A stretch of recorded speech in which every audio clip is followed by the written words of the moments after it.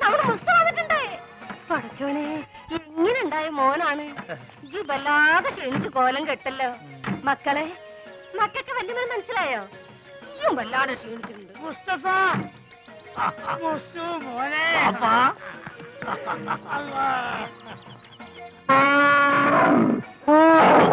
ഇതെന്താണിത്?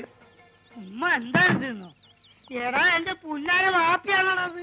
അതല്ലാണ്, ഇതെന്താണ്? ഏത് ഇതെന്താന്ന് എനിക്ക് മനസ്സിലായില്ല.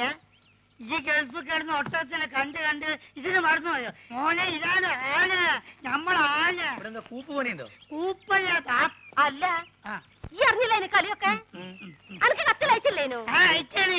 ചെറിയൊരു കത്തിലോട്ട് വലിയൊരു ആനിനെ പിടിച്ച അങ്ങോട്ട് അയച്ചാണ് മോനെ. വേണ്ട, ഉണ്ടണ്ട, ഞാൻ പറഞ്ഞോളാം. ഈ അയക്കണ പൈസനെ കൊണ്ടേ ഈ വക തോന്നിയ നമ്മൾ ചെയ്ത് നടക്കണേ. അതും പോരാഞ്ഞിട്ട് എനിക്ക് ചന്തം പോരാന്ന് പറഞ്ഞ് ചെറുപ്പക്കാർ പെൺകുട്ടികളെ നിക്കാ നടക്കുക. എന്താ വാപ്പ കേക്കണേ? ഞാൻ പറഞ്ഞ മുഴുവൻ കേക്കണ്ടേ? അന്റെ പൈസ വന്നത് തീരുന്നവരെ ആ ബ്രോക്കർ കുഞ്ഞാലിനും കൂട്ടി നാട് മുഴുവൻ ചുറ്റി നടക്കാൻ വാപ്പ. ഇത്ര ചീപ്പാണ് നമ്മളെ വാപ്പാന്ന് ഞാൻ മനസ്സിലാക്കിയില്ല. നാളുണ്ടോ നിങ്ങൾക്ക് വയസ്സ് കാലത്ത്? എനിക്കാണെങ്കിൽ പിന്നെയും വേണ്ടിയില്ല. മുസ്തഫ എന്താടോ, ഒന്നും പറയണ്ട. ഒരു സെക്കൻഡ് ഞാൻ വിടക്കൂല. ഈ കാര്യം ഞാൻ ഇതൊരു തീരുമാനമാകാതെ ഞാൻ ആണാണെങ്കിൽ പഠിയാൻ കയറില്ല. ഒരു മുസ്തുല്ല, ഇതൊരു വാപ്പാണിത്. ഈ അങ്ങോട്ട് ഇത് ബാപ്പി മോഹൻ തമ്മിലുള്ള അഭ്യന്തര പ്രശ്നം. ഇല്ലേ പെട്ടിയൊക്കെ എന്നെടുത്ത് അകത്തോണ്ടേക്ക്. പിന്നെ ഞാൻ വരാതെ ഒറ്റ പെട്ടി പോലും ഇവിടെ തുറന്നു പോരുത്. എന്താക്കാ നാട്ടില് വന്ന ഓടെ ഒരു കച്ചറ വണ്ടിക്ക് കൊടുക്കാൻ കാശില്ലെങ്കിലേ എന്തേലും ഇല്ല. അതല്ലല്ലോ മാധവൻകുട്ടി, നീ എന്നൊന്ന് പറയും. നമ്മളെ പാപ്പന്റെ കളി ശരിയാ? എന്താ ഇത് മാത്രല്ല, ഞാനിപ്പോ ഗൾഫിൽ നിന്ന് വന്നിട്ടല്ലേ ഉള്ളൂ. വിവരറിഞ്ഞ സ്വന്തക്കാര് ബന്ധുക്കാരൊക്കെ ഇപ്പൊ വീട് അറിയും. പെട്ടി പൊളിച്ചാൽ ഓരോരുത്തർക്കും ഓരോ സോപ്പ് കൊടുത്താൽ മതിയാവില്ല. കൊടുത്തില്ലേ കുറ്റും. അറിവ് നമുക്കിത് ഫ്രീ തരാന്ന് അവരെ വിചാരേ. അത് മാത്രല്ല, ഈ ബാഗിൽ 2 കുപ്പി സ്കോച്ച് ഉണ്ട്. അത് നമുക്ക് എന്റെ പുര കൊണ്ടായിരിക്കാം. എന്തായാലും അത് നല്ല ഐഡിയ. വേണ്ട വേണ്ട, അവിടെ വെച്ച് നടിക്കാൻ പറ്റില്ല. ഓ, ഇവൻ കുടിക്കുമല്ലോ, അതാണ്. നമുക്ക് ചായക്കട പോയാലോ? നമ്മള് കൊച്ചുകാരന്റെ അല്ല, ഒരു പഴയ വലിവുണ്ട്. ഇപ്പൊ പഴയ വലിവൊക്കെ മാറി. ഇപ്പൊ നല്ല പുതിയ വലിവാ. നീട്ടി നീട്ടി വലിക്കണേ. വലിവ ചെയ്യാൻ വേണ്ടി ചൂടുവെള്ളത്തിലൊഴിച്ച് മരുന്ന് പോലെ കുടിച്ചോണ്ടിരിക്കുക. ഞാൻ Frooti.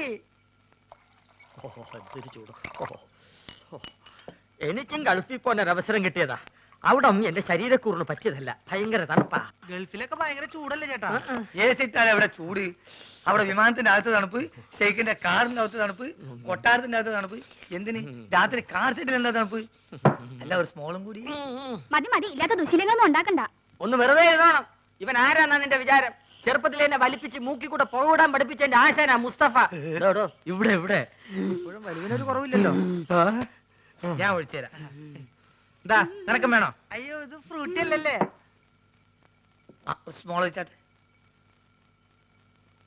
Small small small small small small small small small. Okay. അല്ല, നീ ഇവിടെ വെള്ളം ഒഴിക്ക, അല്ലെങ്കിൽ അറബിക്കാര് വെള്ളം ഒഴിച്ചിട്ട.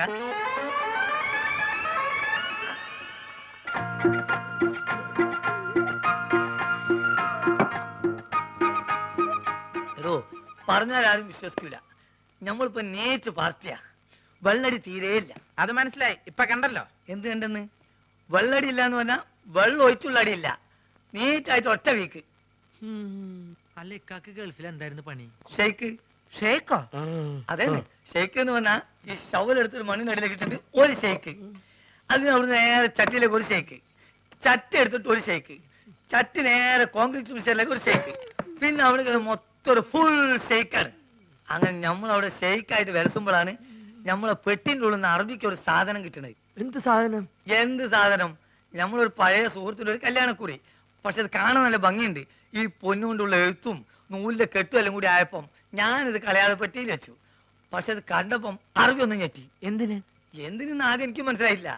ചുരുക്കത്തില് ഈ കല്യാണക്കുറി എന്തോ വലിയ സർട്ടിഫിക്കറ്റ് ആണെന്നും ഞാൻ കുറെ പഠിച്ച ആളാണെന്നും അറബി തെറ്റിദ്ധരിച്ച്. അങ്ങനെയല്ല എനിക്ക് പ്രൊമോഷൻ കിട്ടേ. ഒയ്ക്ക് മോനെ. Small small small small small small small small. കുറെ നേരം ഞാൻ ക്ഷമിക്കണ്. മനുഷ്യന് ക്ഷമിക്കാതില്ലേ? ഇനി മാജിക്ക് പഠിച്ചില്ലേ വേണ്ടില്ല.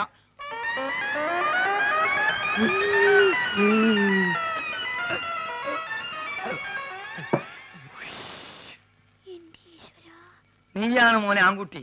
ഇത്രയും കാലം ഗൾഫിൽ ജോലി ചെയ്തിട്ട് ഇങ്ങനത്തെ ഒരു നരി ഞാൻ കണ്ടില്ല. തമാശ പറയല്ല. അല്ല ഒരു കാര്യം ചോദിച്ചോണ്ട് വിരോധമുണ്ടോ? ഒരു വിരോധമില്ല, ധൈര്യമായിട്ട് ചോദിക്കും. ആ കല്യാണക്കുറി ഇപ്പോഴും കയ്യിലുണ്ടാ? ഇവനെന്ത് വിവരക്കടാ ചോദിക്കണേ? പ്രമോഷൻ കിട്ടി അന്ന് കയറിയില്ലാനേ, അല്ലെങ്കിൽ പണി പോവില്ലേ? ഏ?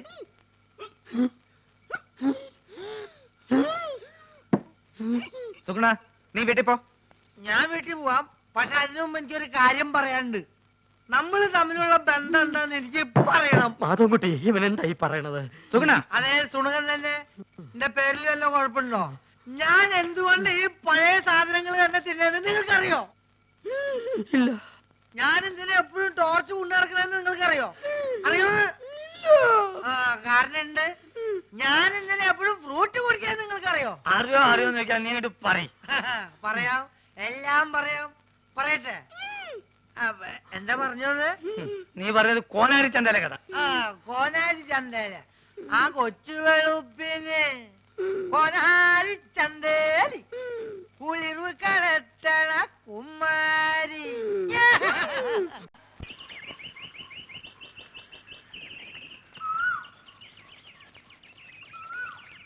അല്ലക്ക, ഇന്നലെ എപ്പോഴാ പോയി കിടന്നേ? ആർക്ക് ഇവരുണ്ട്? ഞാൻ ഉറങ്ങി എണീച്ച് നോക്കുമ്പോ തൊഴുത്തില്ല. തല പൊന്തണ്ടേ? കുറച്ചേരം വെള്ളത്തിൽ മുങ്ങാന്ന് വിചാരിച്ച് വന്നതാ. എന്റെ ഉദ്ദേശം അത് തന്നെയാ. നോക്കിയേ, കൊണ്ടുവന്ന കുപ്പികള് നല്ല ഇരിക്കണ്ട. ആ, ഒരു 25 കുപ്പിയുണ്ട്. ഞാൻ അത് കൊണ്ടുവന്നാണല്ലോ ദുബായി പോയത്. എന്നാലും ഈ ഇമ്മാരി അടിയിരിക്കും ഞാൻ വിചാരിച്ചില്ല. സുഗുണ, ഇന്നലെ ഞാൻ സാട്ടും കൂട്ടാക്കിയത് ഏറ്റിട്ടുണ്ട്. നമ്മളെ വാപ്പക്കിനെ പേടിയുണ്ട്. അയാൾ ആന്നെ വിറ്റെന്നാ തോന്നണേ. വിറ്റോന്നല്ല, എവിടെ ഉത്സവത്തിന് കൊണ്ടോണാ.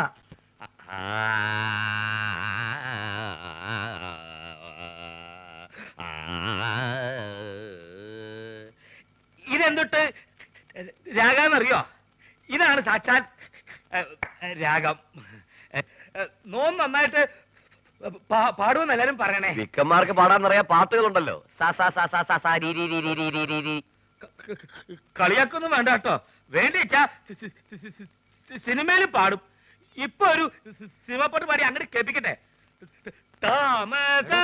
ഞാനിവിടെ അമറിക്കൊണ്ടിരിക്കുകയാണോ? പോത്തിന്റെ വേണ്ട വേണ്ട വേണ്ട, അവിടെ എഴുന്നള്ളത്ത് തുടങ്ങാറായി. താനൊന്ന് വേഗം ചെല്ല്. അതുവോ? ആ, അപ്പൊ അത് കഴിഞ്ഞു വന്നിട്ട് വേറൊരു പരിപാടി കേൾപ്പിക്കാട്ടോ.